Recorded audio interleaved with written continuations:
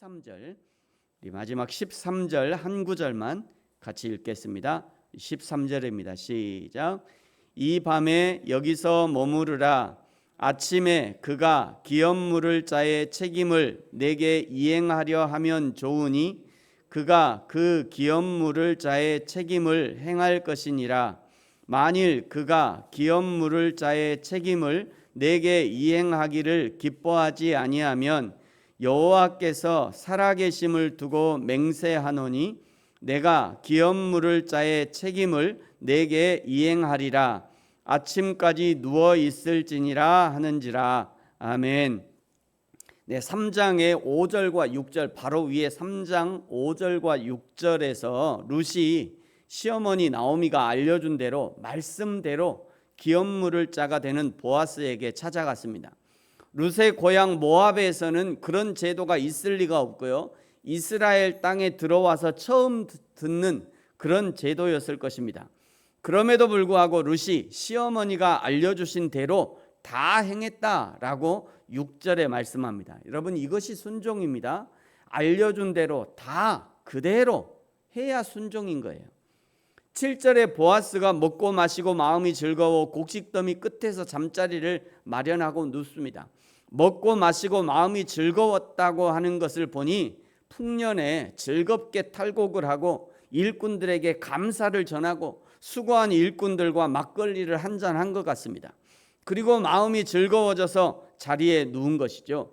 성경이 술을 금지하는 것은요, 술을 마시는 사람이 알코올을 의지하여 자신의 이성을 잃어버리고 처음에 사람이 술을 먹다가 술이 술을 먹다가 나중에는 술이 사람을 먹어버리는 이런 비참한 일들이 일어날 수 있기 때문에 술을 금지하는 것입니다. 보통 술 먹는 사람들이요, 즐거워서 한 잔, 슬퍼서 한 잔, 바빠서 한 잔, 할 일 없어서 한 잔, 오랜만에 만나서 한 잔, 헤어지면서 또 한 잔, 별별 술 먹을 이유를 만들어서 술을 먹습니다. 그러나 성경은 우리 인생에 일어나는 모든 일들에 대해서 술이 아니라 여호와 하나님을 의지해라 라고 권면하시죠. 야고보서 5장 13절에 보면요, 너희 중에 고난당하는 자가 있느냐? 그는 기도할 것이 하나님께 기도하라는 거잖아요. 고난이 왔으면 하나님께 기도하라. 즐거워하는 자가 있느냐? 그는 찬송하래. 하나님께 찬송하랍니다. 그러니까 성경은 고난 중에 있든지 즐거운 중에 있든지 뭐 이것 빼면 우리 인생에 뭐가 다 나온 거죠. 뭐 고난이든지 즐거움 둘 중에 하나잖아요. 아무 일이 없다, 그게 고난이에요. 아무 일이 없다, 즐거운 일이고요. 그러니까 고난 중에 있든지 즐거운 중에 있든지 그는 하나님을 생각하라, 하나님을 의지해라, 이게 성경의 입장인 거죠. 즐거운 마음으로 잠자리에 들었던 보아스가 8절에 보니까요, 밤중에 누군가 곁에 누워있는 것을 느끼고는 깜짝 놀라 일어나 보니 한 여인이었습니다. 9절에 놀란 마음에 내가 누구냐? 묻자 나는 당신의 여종 룻입니다. 대답하죠. 당신의 옷자락으로 나를 덮으소서. 오늘 나에게 당신의 씨를 주세요. 이런 의미잖아요. 이쯤 되면 만약 보아스가 전혀 그런 마음이 없었다면 노발대발하면서 이 여자가 미쳤나? 네가 나를 어떻게 보고 지금 너가 나를 지금 함정에 빠뜨리려고 이러냐? 네가 내 재산이 그렇게 탐나더냐? 내가 너를 좋게 봤다마는 너는 아니구나 하고 당장 쫓아내든지, 아니면 보아스에게 마음이 있었다면 모른 척하고 그날 밤에 기업 물을 자의 의무를 행할 수도 있었을 겁니다. 그러나 그런 상황에서도 보아스의 마음은요, 아주 평안을 유지합니다. 10절에 보시면요, 내 딸아 여호와께서 내게 복 주시기를 원하노라. 하반절에 내가 베푼 인애가 처음보다 나중에 더하도다. 룻이 처음에 베푼 인애라는 것은요, 모압 여자로서 그 시어머니를 따라 이스라엘까지 온 것을 말하는 것이고요, 나중 인애라는 것은 과부로서 젊은 자를 찾아서 젊은 자를 따르지 않고 그 가문의 대를 잇기 위해서 계대 결혼을 택한 것을 말하는 것입니다. 이런 룻의 결정은 참으로 어려운 일입니다.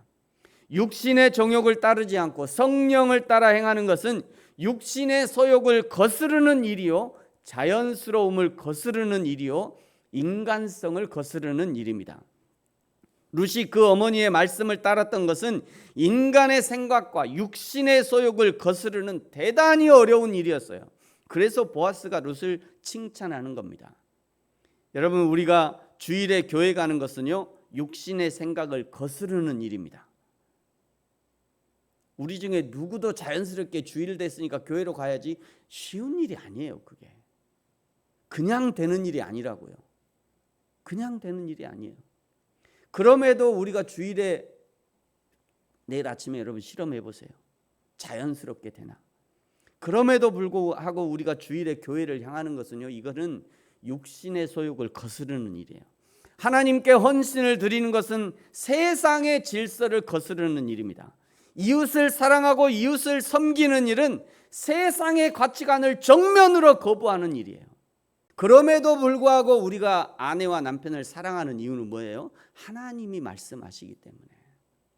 그거는요, 세상의 질서와 세상의 질서를 정면으로 거부하는 일이죠.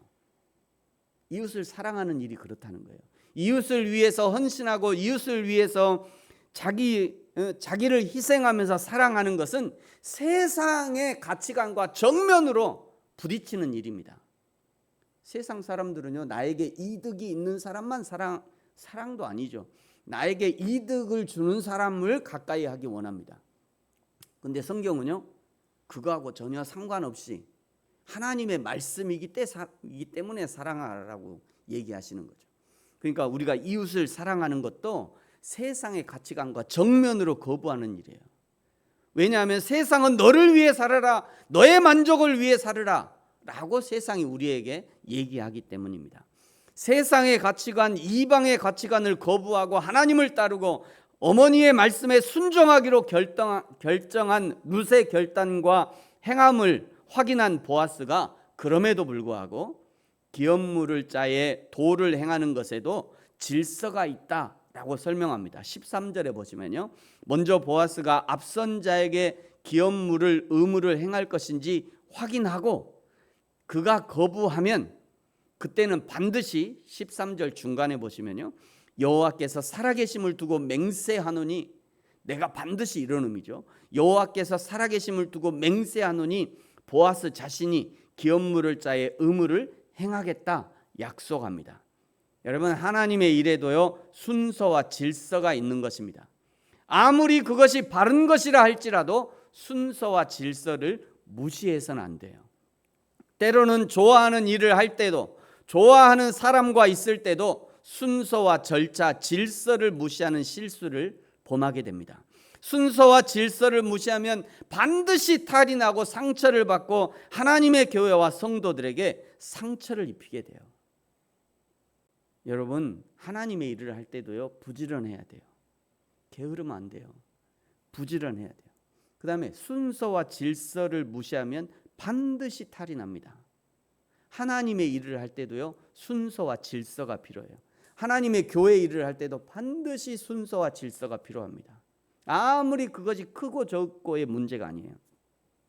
사랑하는 성도 여러분, 오늘 룻도 시어머니의 말씀 따라 순종함으로 기업물을 자에게 들어갔고, 보아스도 기업물을 자의 순서와 질서에 따라 행하기 원하는 것처럼 저와 여러분도 우리에게 허락하신 순서와 질서를 따라 하나님의 교회를 섬기고 성도를 섬기고 하나님이 맡겨주신 사명을 잘 감당하는 저와 여러분이 되어지기를 예수님의 이름으로 축복합니다. 기도하겠습니다.